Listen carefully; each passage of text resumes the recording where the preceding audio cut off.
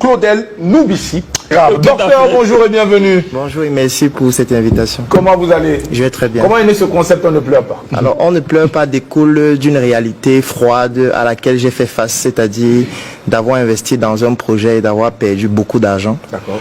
Et parfois on se demande pourquoi on s'est lancé, mais on se rappelle qu'on ne pleure pas et on doit être résilient. Voilà. Est-ce que c'est facile? Non, c'est parce que ce n'est pas facile qu'on a envie de pleurer.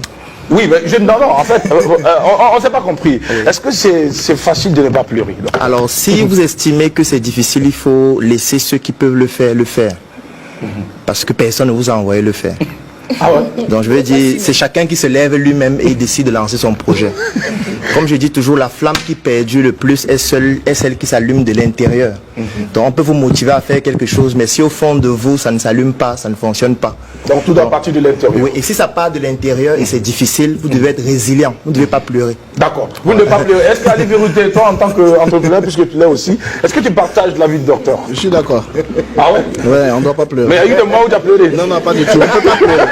Les yeux deviennent rouges. Les yeux deviennent rouges, mais on ne peut pas. À l'intérieur et ne pas montrer ses larmes et être résilient. Oui, voilà, parce qu'il a dit quelque chose de très essentiel. La flamme qui ne s'éteint pas, c'est celle qui vient du fond. C'est-à-dire les autres là vont s'éteindre, mais celle-là est capable de rallumer les autres qui sont déjà.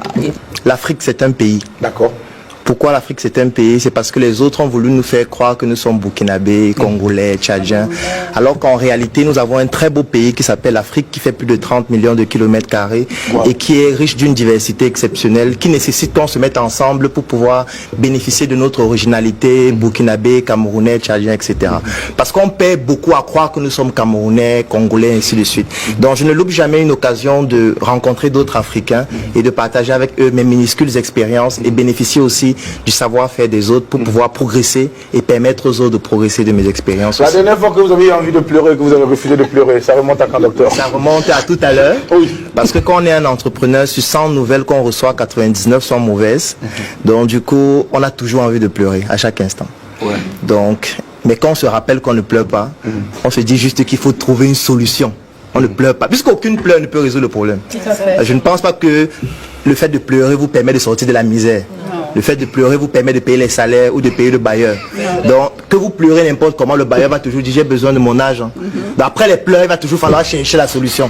Donc, autant mieux se concentrer sur la solution et gagner du temps. On ne plaît pas.